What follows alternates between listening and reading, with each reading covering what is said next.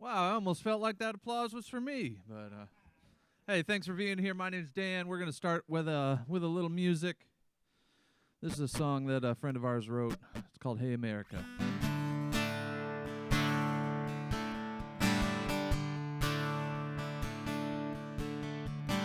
41 years, got a few friends I can trust. Got a couple more, baby, but we don't talk that much.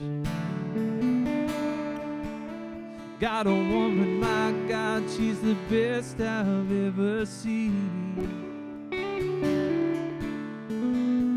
She keeps me rolling like an 18-wheel machine. I'm on the road.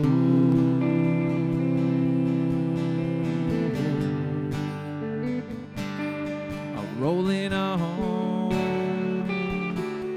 Yeah, I'm on the road.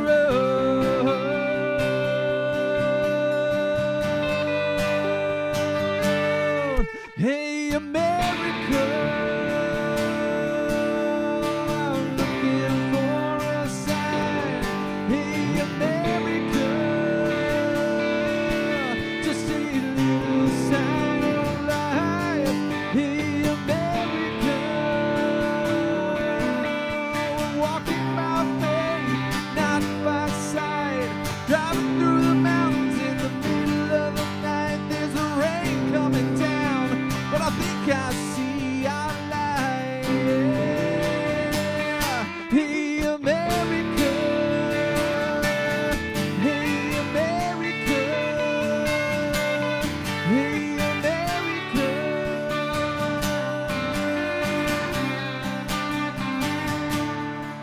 I'm on the road.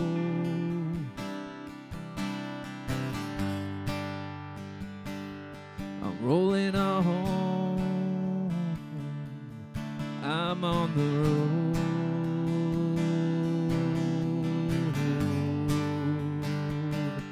I'm rolling on.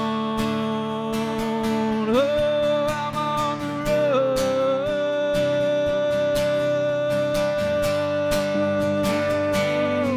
Hey, America,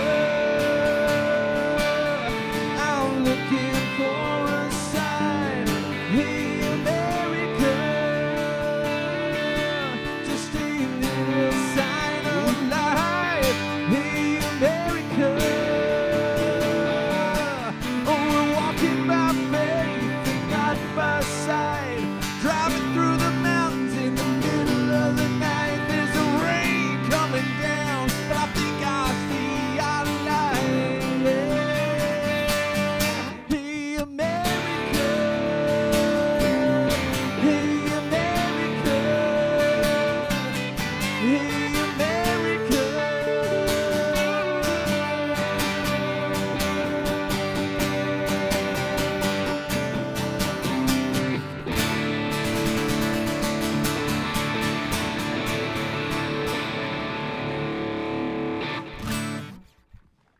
Hey, y'all, we are so glad to be here. I got to tell you, this is Vote Common Good. We love it when we have a chance to come out here to the Pittsburgh area, and we certainly love it when we have a privilege of coming here to this beautiful park. We've been here a couple of times, and it feels not like, oh, we've been here before. It feels like that day when you get to have your favorite dessert on your birthday. And you're back here with all your good friends. We're so proud to be here with Congressman Chris DeLuzio because he's going to be reelected to Congress. And we're so proud to be here with Catholics for Harris because Kamala Harris is going to be voted into office on Tuesday. And we're so glad to be here with all of you people because we know how important the city of Pittsburgh is and this area, and we know how important Pennsylvania is. You already know this. We know this. This is the swingiest state. You're in the swingiest district, in the swingiest election with the most on the line. So swingers, it's time to turn out on Tuesdays and to make this work. Now, Rob is shaking his head because he doesn't think that swingers is a funny joke. I think that we know that what's going to happen is going to swing a door. You all might think, well, you just got a small little group of people all the time. But here's what we know, and everybody who's running for office and has never won knows this. Small hinges open really big doors. And you're going to hook onto a big door, and that door is going to swing open. And you're going to be swinging something open for a whole lot of people who don't even have the comfortability or privilege of being outside about their vote. Do you know how true this is? There's a lot of people who know how high the pressure can be if they say who they're voting for. At their work, they're not comfortable telling their boss or their coworkers.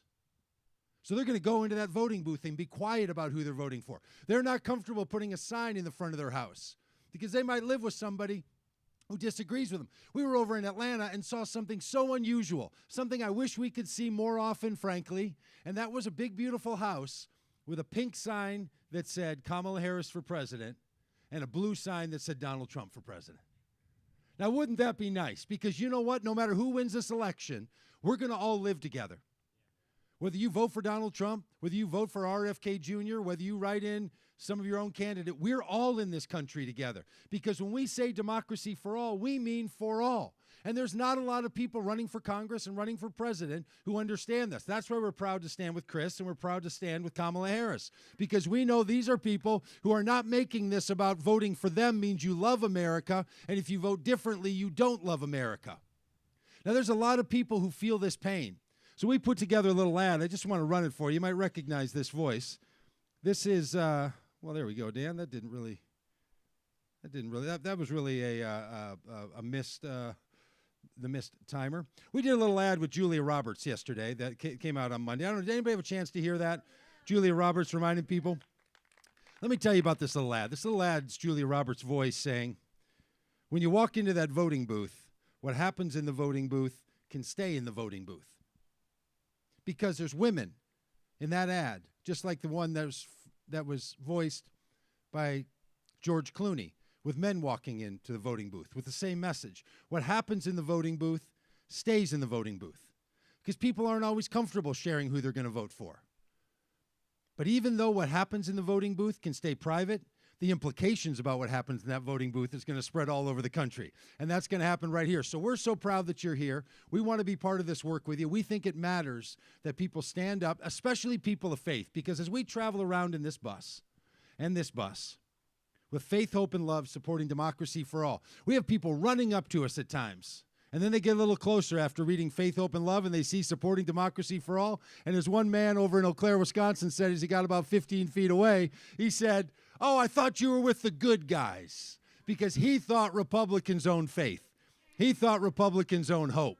He thought only one political party is full of love. And we reminded him that people of good conscience and people of good faith have been voting for Democrats the whole time. But I got to tell you, to a lot of people, that is news. That is news.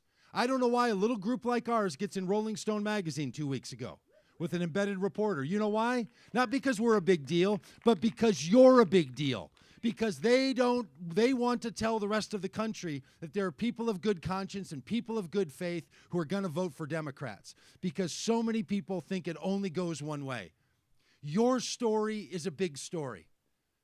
So we want you to share it. In fact, we're sharing this live stream right now. This is being live streamed. If you have friends or family members that would like to see this, send them over right now. Send them a text. Pull your phone out in a minute. Send a text to your friend or family member and tell them to go to YouTube or to Vote Common Good on Facebook or on Twitter or any of those places and to follow what we're doing, and they can be part of this event, because sometimes people in the privacy of their own phone or the privacy of their own home will say and do something that they wouldn't be willing to do in public. That means a lot to us. But it's time for us to raise our voice and to speak up. So you're going to hear from Genesis B in a moment. Then you're going to hear from the congressman. Then you're going to hear a little bit more encouragement, because we want you to know that you're part of something that we think really matters. So my name is Doug, but I want to introduce now the person who we refer to as the poet laureate of Vote Common Good, and that is Genesis B.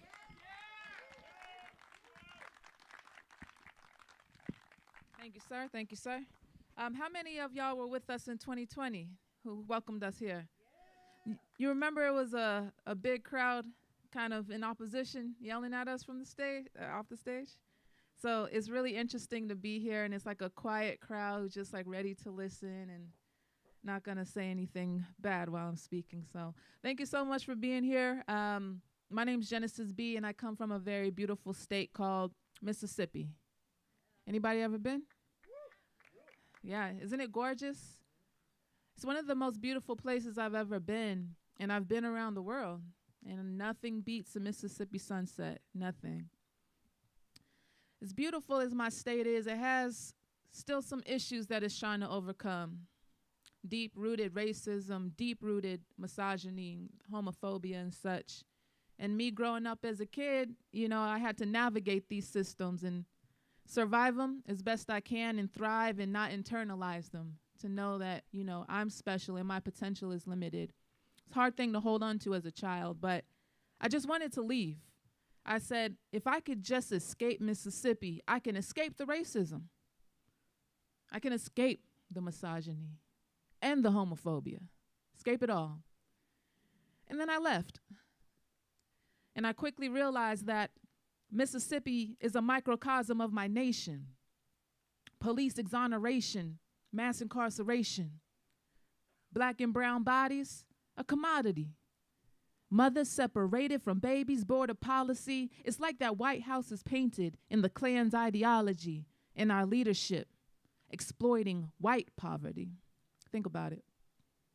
Keeping us separate and divided, gay versus straight, white versus black, based off of fear and far from the facts. See, I hail from a state called the mighty Mississippi. My state flag held the stars and bars, praising a brutal history. It flew in front of schools and in my judge's court, sending a clear message to us that our lives are not important. See, my dad was only 5 when the Klan drive by, bust bullets into his house with 6 children inside. On the back of the truck, a Confederate flag flying high. And these are the truths that some choose to deny. See, Mississippi, like America, eats your child and mine. The white supremacist lie is a prison of their own design. Some have forfeited their humanity in order to deny mine. Because supremacy is a lie, but some have accepted it. A Confederate curse they inherited.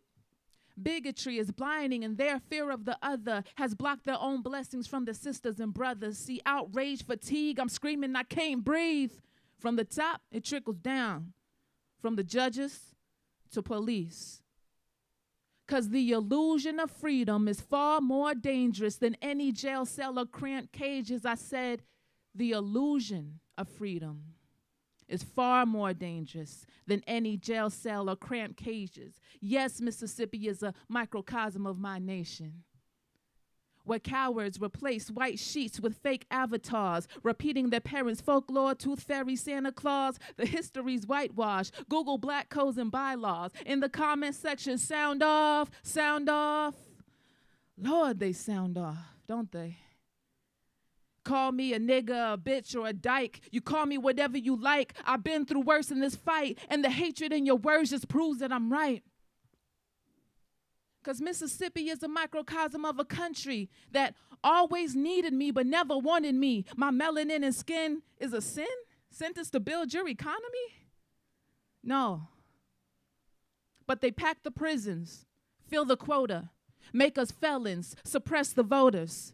Travel bans and deportation, killer cops, no resignation.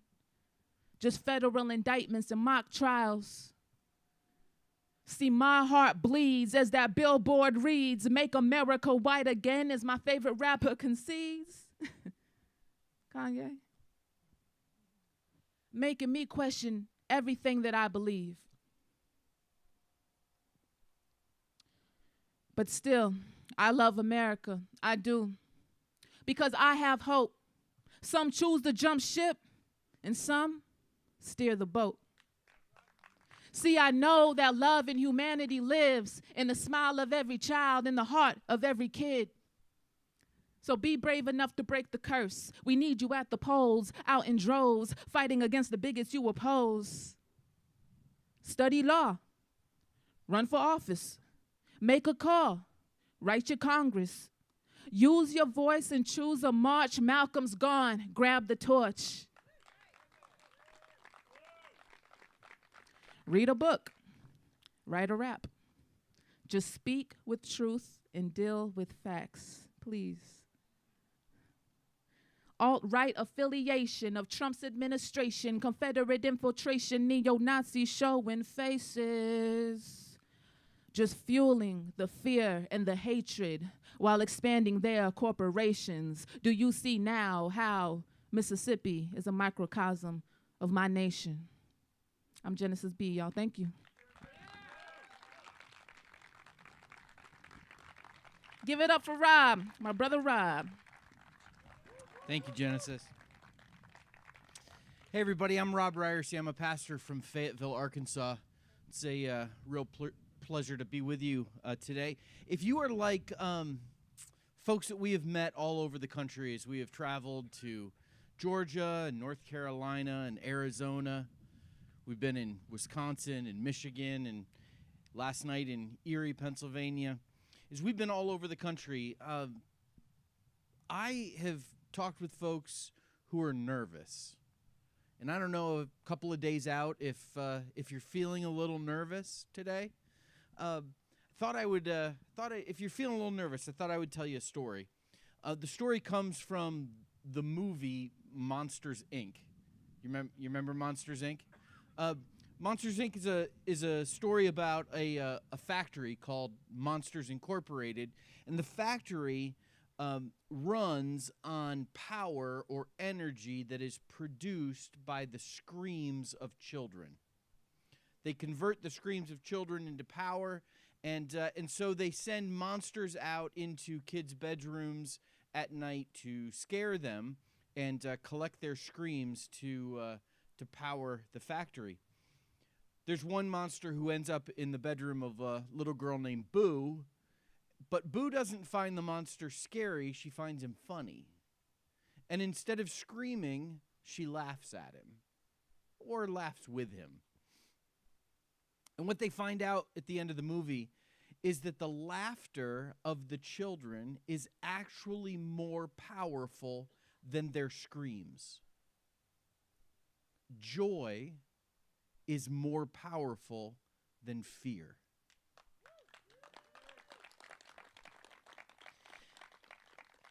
Our politics in America has been dominated by fear for a long time, hasn't it? We've been scared about what's going to happen in the future, what's going to happen to our country, to our democracy, what's going to happen to our planet. And that fear has been something that has energized us, powered us, motivated us. But it's not strong enough to keep us going. I think one of the things that we've learned in the last 100 days is that joy and hope and optimism is much more powerful and energizing than the fear is.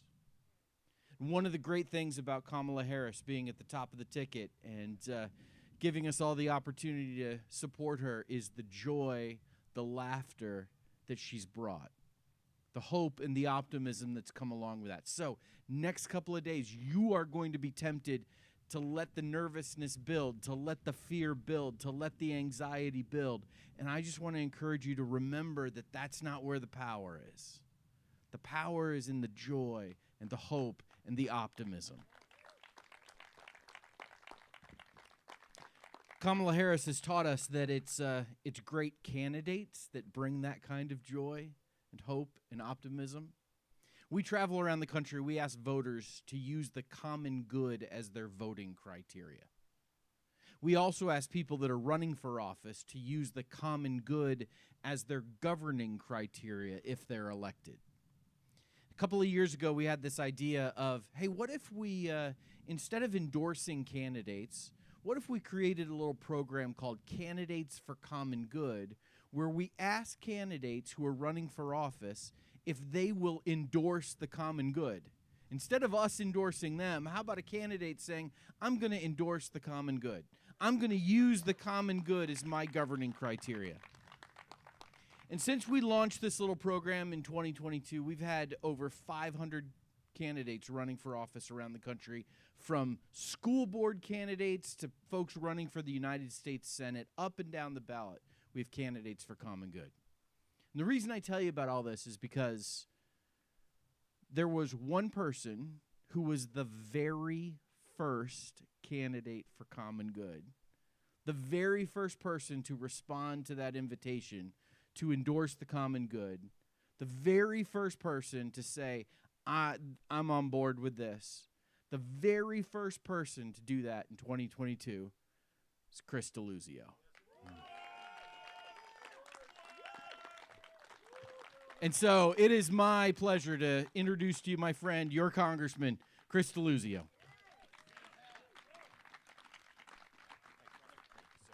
Thank you, Rob.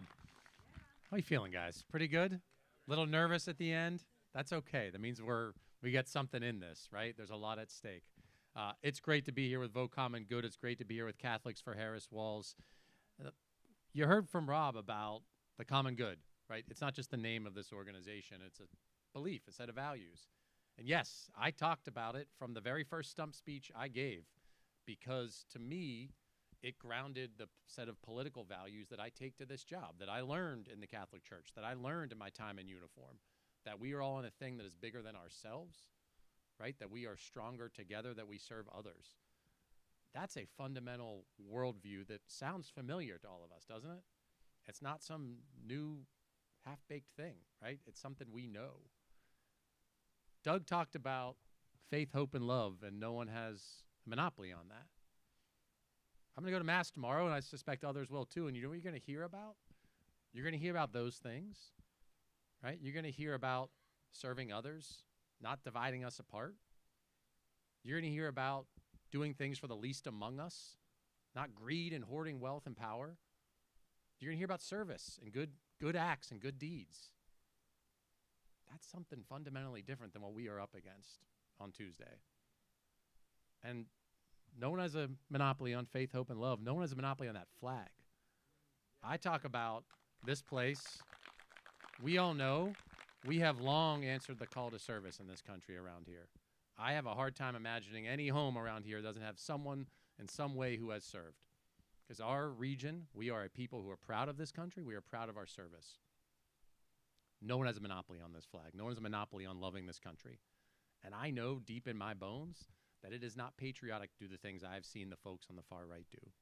To attack women's freedom, to attack workers and union rights, to let our infrastructure crumble, to try to overthrow our government and beat up cops at the Capitol on January 6th, to rip our Constitution to shreds. Does any of that feel patriotic to you?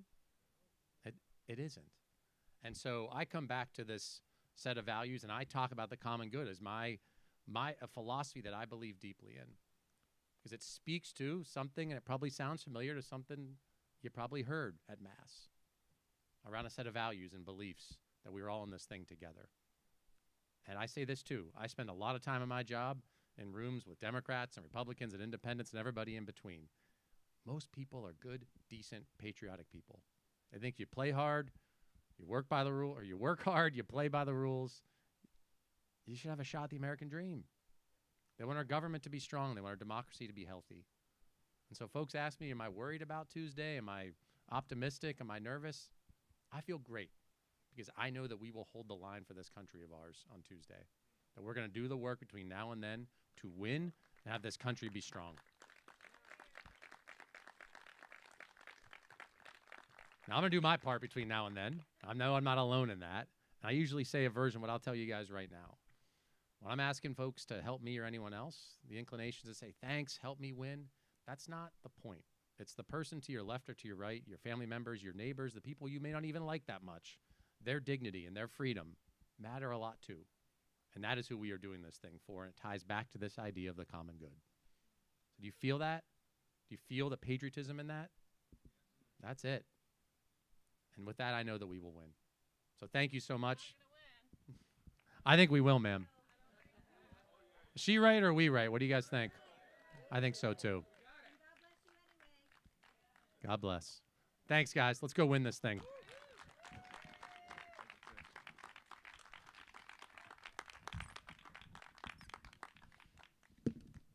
And that's what democracy sounds like. People disagreeing, but, having a nice day at the park anyway.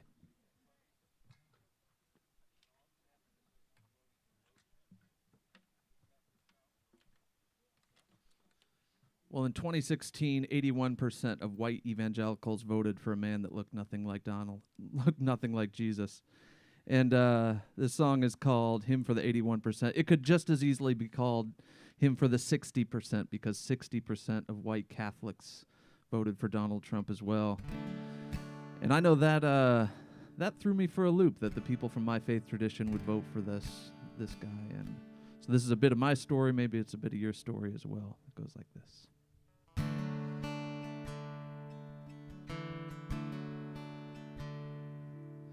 I grew up in your churches, Sunday morning and evening service, knelt in tears at the foot of the rugged cross.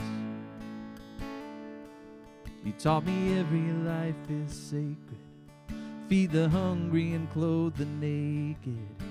I learned from you the highest law is love.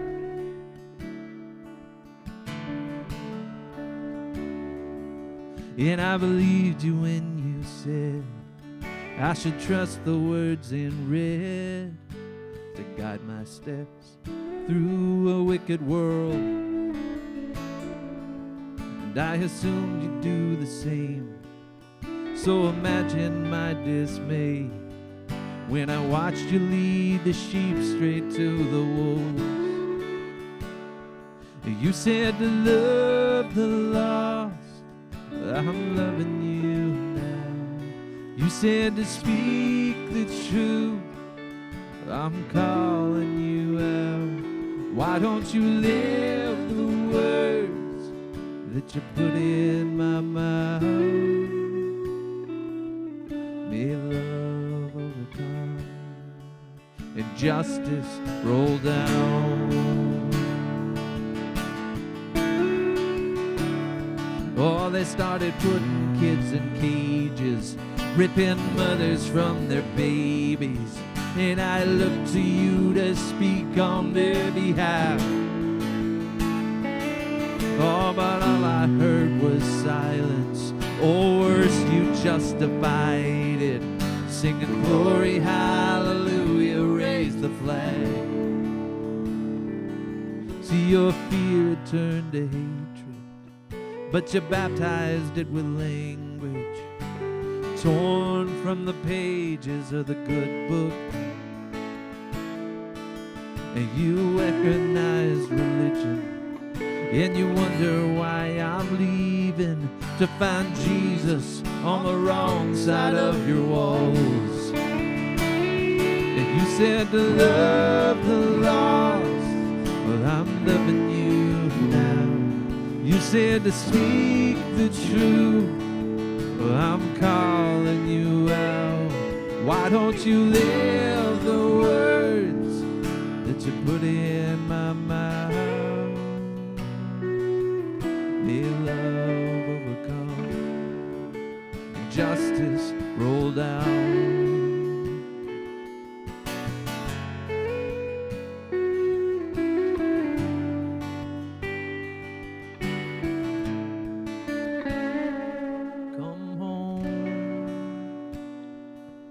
Come home, you're better than this.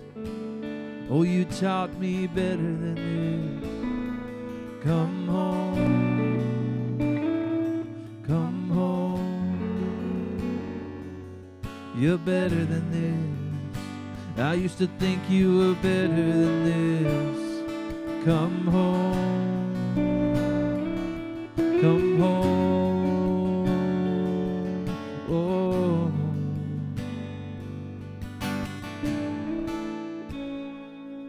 maybe I was too naive, or I just didn't want to see that there's always been a little poison in the well. Our churches sit on stolen land, a nation built by stolen hands, and we use the Bible to justify it all. Yeah, from slavery and segregation to mass incarceration. This is who we are, but not who we have to be. There's a lot of work to do to pull up the evil by the roots, but repentance has to come before there's peace. You said to love the lost. I'm trying to love you now. You said to speak the truth. Well, I'm calling you out. Why don't you live the words that you put in my mouth?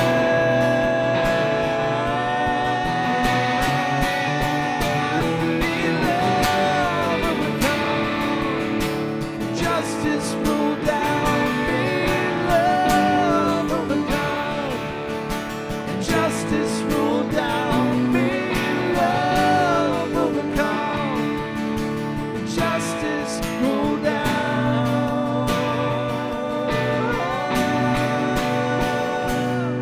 May love overcome and justice roll down. Hey, thank you so much. And now I believe I'm going to invite my friend Denise to the stage. Sign the bus! Sign the bus! Hello.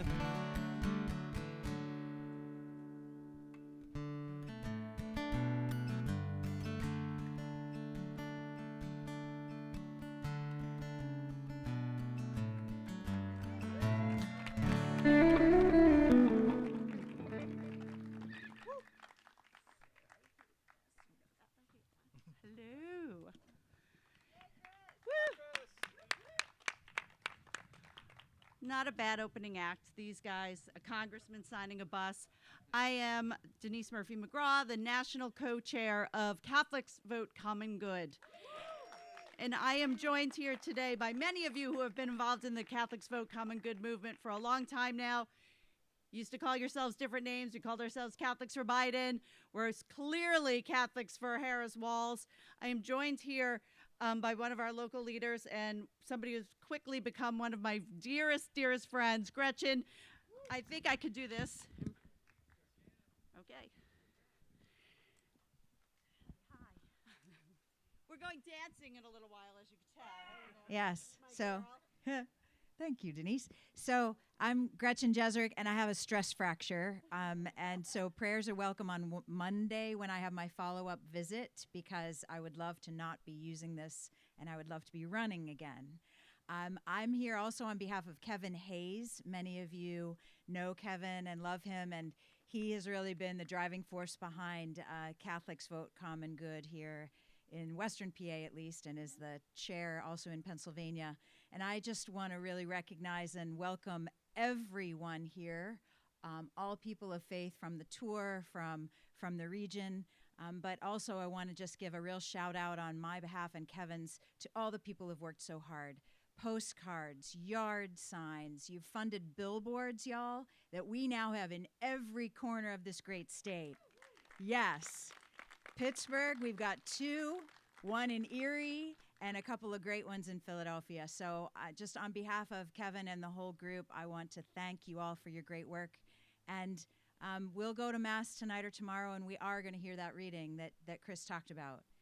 That's about honor the Lord our God first and love our neighbors as ourselves. So, common good. Amen. Bye, y'all. She's from southern Pennsylvania with that y'all. So she's running off to Mass. I'm going to go join her in a minute, but I did want to thank all of you for being so supportive. As Gretchen said, in Pennsylvania, our national organization has really hit it out of the park, thanks to many of you. We have been able to do tens of thousands of postcards. We've been able to do billboards. Many of you have written letters to the editor to take on very important topics. I'm talking to you, Jim Sizemore. We've been able to do a lot of things in a very short period of time.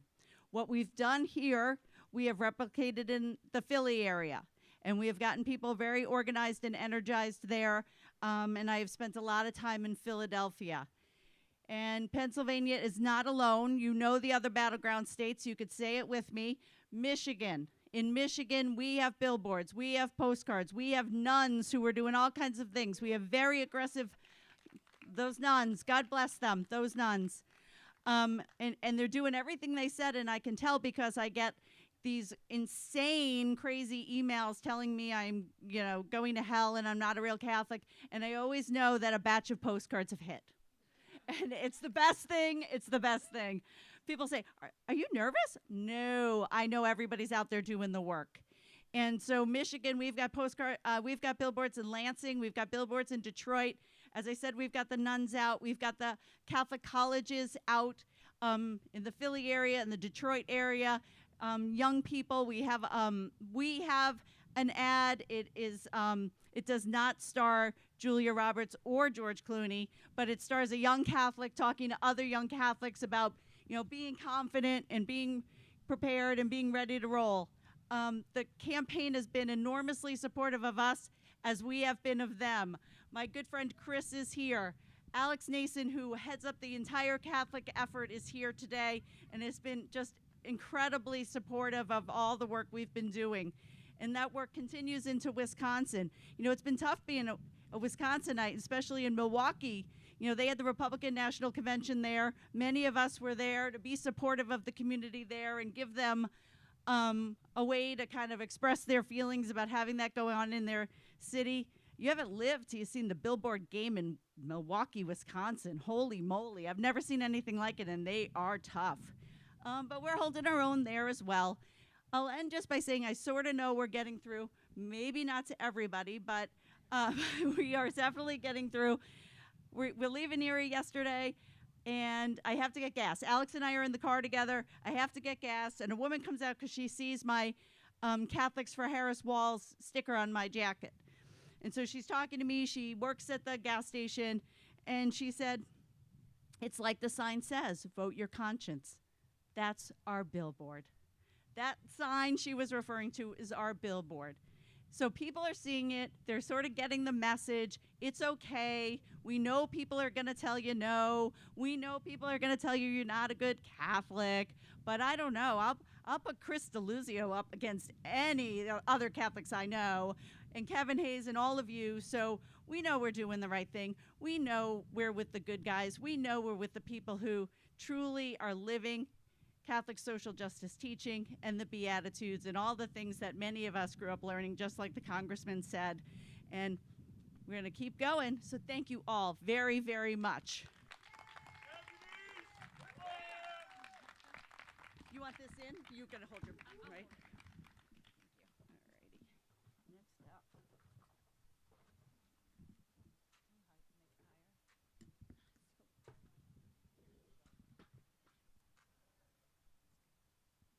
Well, hey, everyone. My name is Christy, and I'm here today from Michigan, and I'm a mother of 4, and I have some things to say about what's going on. Yeah. Well, I was raised in Holland, Michigan, a conservative, evangelical, Republican, white, middle-class town. And I was surrounded by really good people.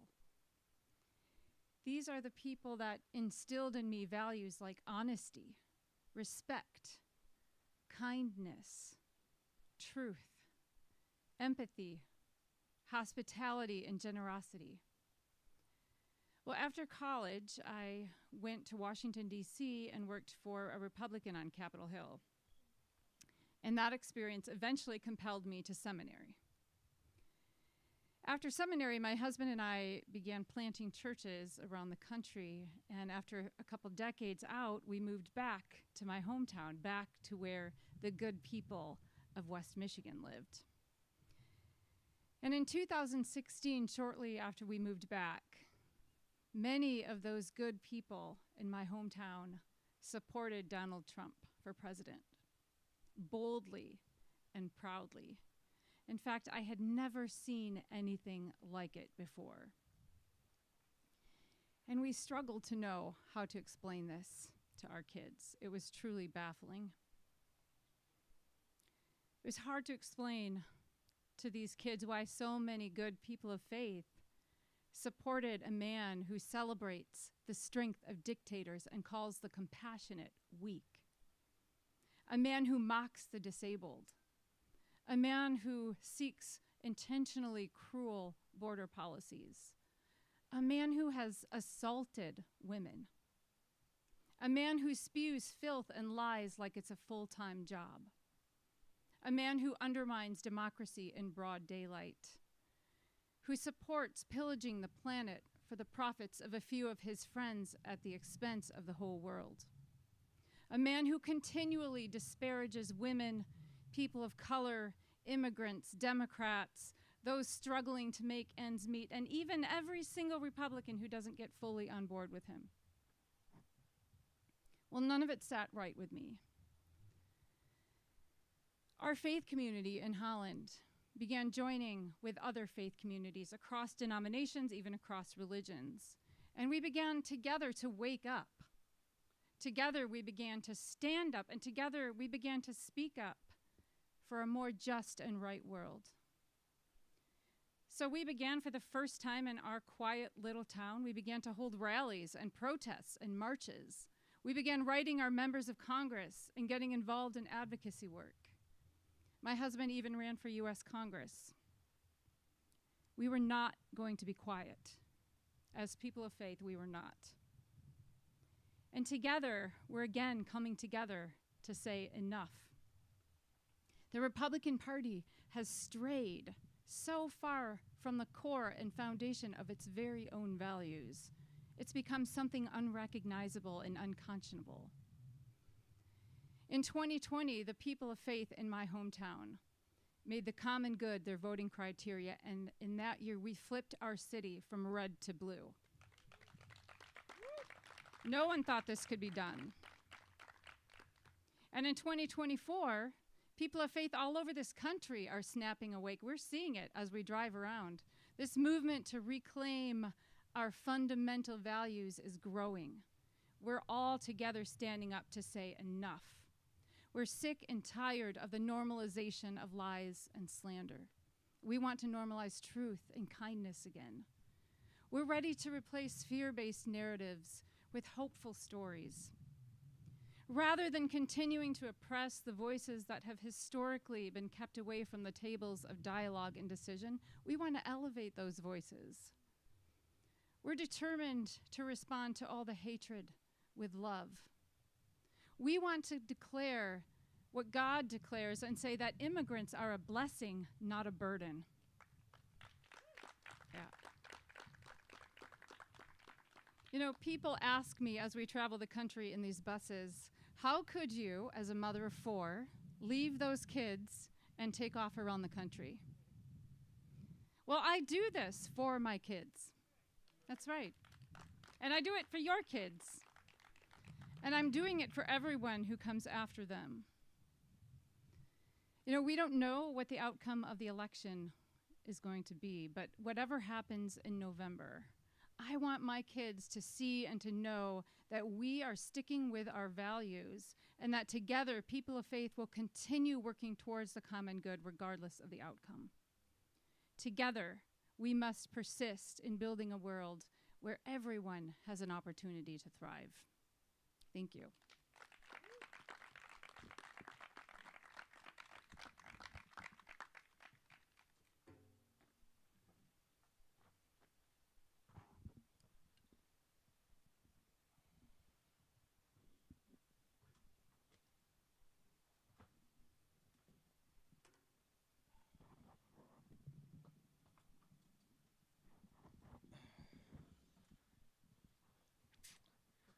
On 9/11, Al-Qaeda hijacked 4 commercial airplanes and deliberately crashed 2 of the planes into the north and south towers of the World Trade Center.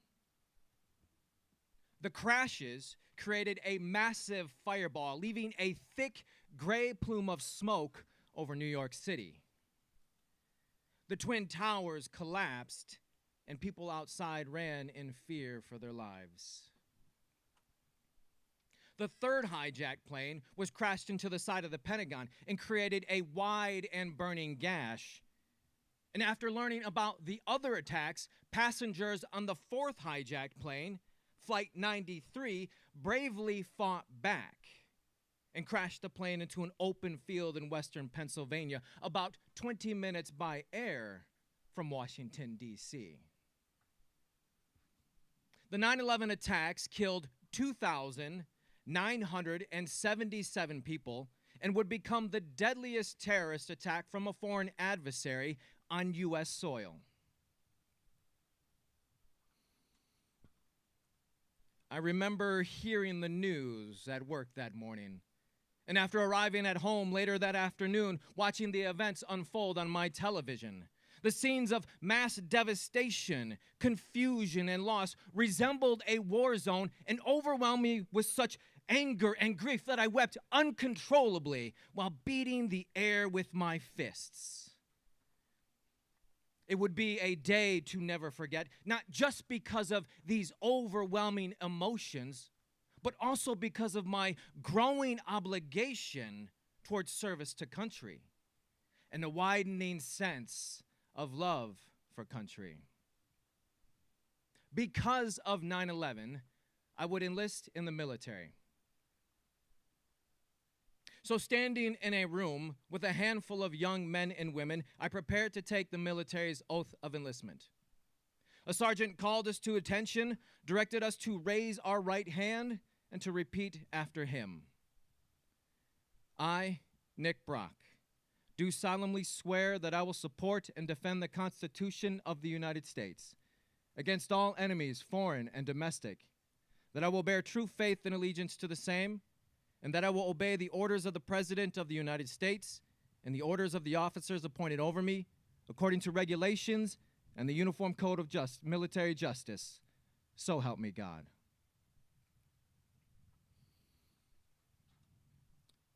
It was at that moment that I had committed my whole self to protect and defend not just a particular branch of service, not the flag, not the country, and not even the president, but rather to the Constitution, which symbolized all of these things. You see, friends, I was now a part of something much larger than just myself. Indeed, so help me God.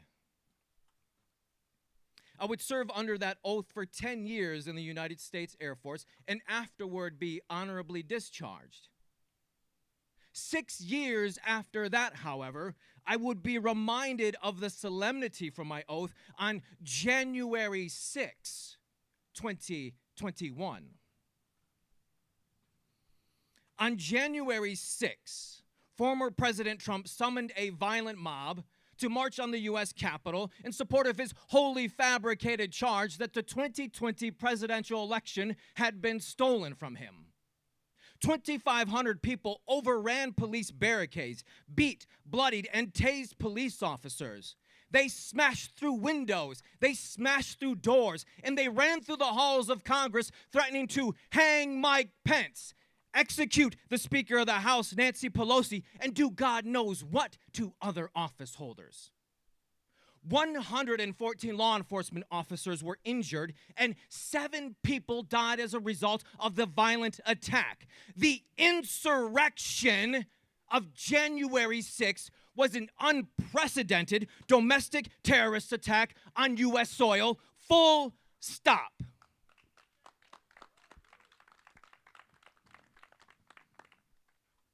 I remember hearing the news while sitting at my dining room table and watching the scene unfold on my laptop, and abruptly standing up to pace my living room with tears of anger and grief streaming down my cheeks. My visceral reaction was reminiscent of 9/11 as I recalled my oath.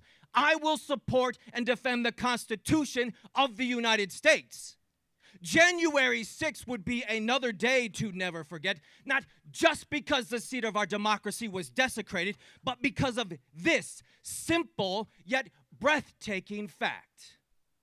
Former President Trump and I, both worlds apart from each other in every sense of the word, had one thing in common. One: to defend the Constitution of the United States to our best abilities. Yet I was the one who bore true faith and allegiance to the same and left my post honorably.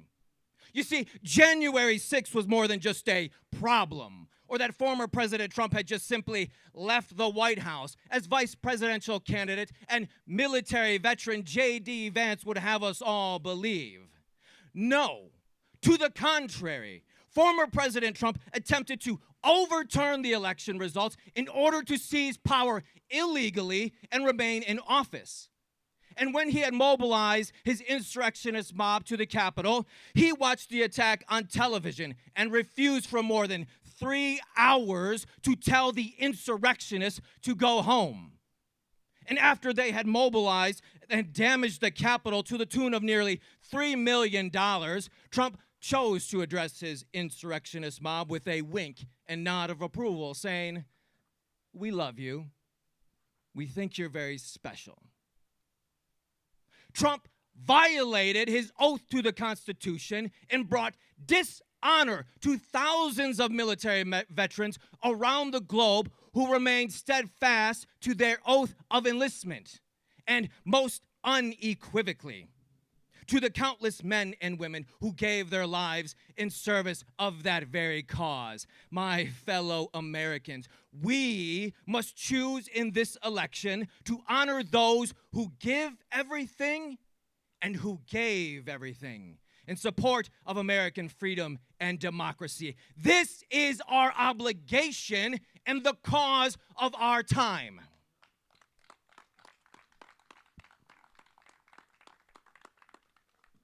We know full well that the first 3 words of the original handwritten and signed Constitution makes this obligation clear, declaring from the outset, "We the people," with oversized black lettering that looms large over all the rest. In the same way, we must continue to place an oversized and emboldened obligation to vote for political leaders that will do the same. In order to form a more perfect union, we, the people, depend on the goodwill of our leaders and their dedication to duty to ensure the survival of our republic. My fellow Americans, is this not our obligation and the cause of our time? If your answer is an overwhelming and heart-expanding yes, will you stand with me right here and right now in this place? Will you stand with me? Yes, sir. Thank you, ma'am. Thank you. Yes, ma'am. Will you stand with me and say yes to support and defend the Constitution of the United States? Will you stand with me and say yes to ensure the survival of our republic with your vote? And will you stand with me and say yes to support democracy for all with all of your faith, with all of your hope, and with all of your love, not only through Election Day, but on each and every day? Yes. My name is Nick Brock. I'm a United States Air Force veteran, and I do solemnly swear that I will continue to support and defend the Constitution of the United States against all enemies, foreign and domestic, and that I will bear true faith and allegiance to the same. So help me God. Thank you, Nick Brock. Friends, we're here because we want to stand with you. And now, we're about to wrap up, but we want to be clear about a couple things. We are not here to faith, hope, love you, and leave you. We want to take you with us. Now, there's a couple ways that could happen. You could follow us tomorrow where we're going to be over in Harrisburg. Maybe you want to take a little trip down to the state capitol. We're going to be on those Capitol steps at 3 o'clock, and we have a little campaign that we're running there called Kamala for Common Good. And we're going to unfurl a 30-foot banner across the steps and hold a rally like this. So if you have friends or family in the Harrisburg area, if you want to come down yourself, tag along with us. Join the little caravan of Common Good over to Harrisburg. Or maybe you want to find yourself down in Philadelphia on Monday morning at 10 a.m. where Representative Scanlon is going to be at a rally just like this that we're doing with her. Or maybe you want to be up at Hershey in the afternoon at 3 o'clock. We're going to go back up to Hershey at 3 at the corner of cocoa and chocolate because they're just so doggone cute over there in Hershey, Pennsylvania. Or maybe tomorrow night, or Monday night, you're going to make your way back down to Philadelphia where the next president of the United States is going to be standing in front of the art museum and is going to be holding a rally, and we're going to be there. So maybe you want to join us in those ways. Now, normally we get to say to people in this little part, travel with us to all over the country, all the places we're going, and finish up with us in Pennsylvania, because we've been reminding people all over the country how important Pennsylvania is, but you know that. So maybe you want to join us, or maybe you want to go door to door to your neighbors, or maybe you want to stay home and encourage your friends, or maybe you want to light a candle or say a prayer. Whatever it is you're going to do, please feel like you're doing it with us. It's fun to be on the bus. It's good to be on the bus. It's heart-filling to be on the bus. But the most important thing is not traveling on the buses. It's meeting with the people. It's being with you all and knowing that all over the country we're drawing together a fabric of people. So we want to take you with us. Maybe you can follow us, but maybe not. Maybe you could just do as a congressman did and come and put your name on the bus. Now that's fun for you, it's fun for us, but honestly, it means a lot for us when we walk by and see signatures on the bus, both sides, all of them. We've been all over the country. We started signing that bus on the 17th of January in North Carolina. We've been traveling that bus all over the country. So we'd love you to feel like you're part of that community. Some of the names have gotten washed off and then some have been replaced. But people are part of this movement all over the country, so we'd love for you to feel like you're part of it too. Now, if you want to help us finish this out, if you want to help us put a little fuel in these tanks, we'd love for you to, because there are 4 things that push us around this country: faith, hope, love, and diesel. So maybe you want to be in the tank with us. Make any contribution over at the table, and you can do it in Venmo, you can do it with cash, you can do it with credit cards, you can do it with Bitcoin, or just take the marijuana straight to the table, because we all know what that Bitcoin's really all about. Take anything you've got and donate it over there at the table, and we'd love for you to feel like you're part of it. Then take a hat or take a shirt or take a button, or feel like you're part of this big community with us. And if you're somebody who says to yourself, just can't get myself to pay for fuel, you can fill the tanks that we call our bellies. So whether it's fuel in these vehicles or fuels in our bodies, that's where that money goes if you were to make a contribution. We'd love to have you feel like you're part of it. And most of all, would you take one of these faith, hope, and love signs home with you? I want to tell you a little story about these signs. 4 years ago, we were standing here, and I was standing right in that spot right there. We had just finished a rally, and there were a number of protesters here. Some of you may have been here, and they wanted us to understand their opinion about the pro-life and pro-choice issues. So we let them rally and rave and talk, and we engaged with them. And I spoke to a person. She was part of that group. And I said to her, ma'am, I know there's a lot of things that we might disagree about. But if you say you're pro-life, I think we could agree that we want to stop gun violence. That we want to make sure that children have enough support and care and food. That we want to make sure that we're not militarizing in other parts of the world and harming children. That we want to stop allowing our states to execute people under the guise of law and justice. And she said to me, no, I don't think any of that stuff has to do with being pro-life. And then she said, in fact, if any of you, and pointed at our Black Lives Matter signs, said, if any of you or any of your Black Lives Matter loving friends came into my house without my permission, I'd shoot you with my gun myself. And then she pointed at the sign and said, but I do like those signs. Can I have one of those? Because they say, faith not fear, hope not hate, love not lies. And I said to her, well, those are a $25 contribution. She walked over to her car, parked right over by that fire hydrant, got $25, came back to the table, which was sitting there, paid $25 and took the sign. You know why? Because she believes also that she's a person of faith. She thinks that we're people of fear. She thinks she's a person of hope, and we're people of hate. She thinks she's the person of love for all. We're the people that are picking winners and choosers, or winners and losers. So when you take one of these signs and you put it in your yard next to a Chris DeLuzio, next to a Kamala Harris sign, it says something to your neighbors. And all of a sudden, they're having to say to themselves, I wonder who my neighbor is. I wonder who my friend is. I don't often see these stories coming together. And the one thing we have to do in this country, leaving here, is making sure that we understand each other a little more. It's not going to do us any good to tell some people to be quiet. We all need to wake up, speak up, stand up, and show what we've got. So I'd invite you to stand up right now if you're up for it. Walk up to this bus, put a little signature on there. Joel and Dan are going to serenade, or Joel's going to serenade you as you make your way to that bus, signing that bus, and then take a picture of it. Send it to your friends or your family. If you've got a friend or family member who doesn't think faith, hope, and love go with being a Democrat, take a picture of you signing the bus, having signed it, and send it to them and say, faith, hope, and love, supporting democracy for all, and it starts spreading through the family text chains. So we'd encourage you to do that. So thanks for being here today. We're going to clean up for a while, and then we're going to find our way over to Harrisburg tomorrow. And thank you so much for being a part of all the good that you're part of. Thank you, Joel. Well, I won't back down. No, I won't back down. In a world that keeps on pushing me around, no, I'll stand my ground. and I won't back down. Well, I won't back down. Oh, I won't back down.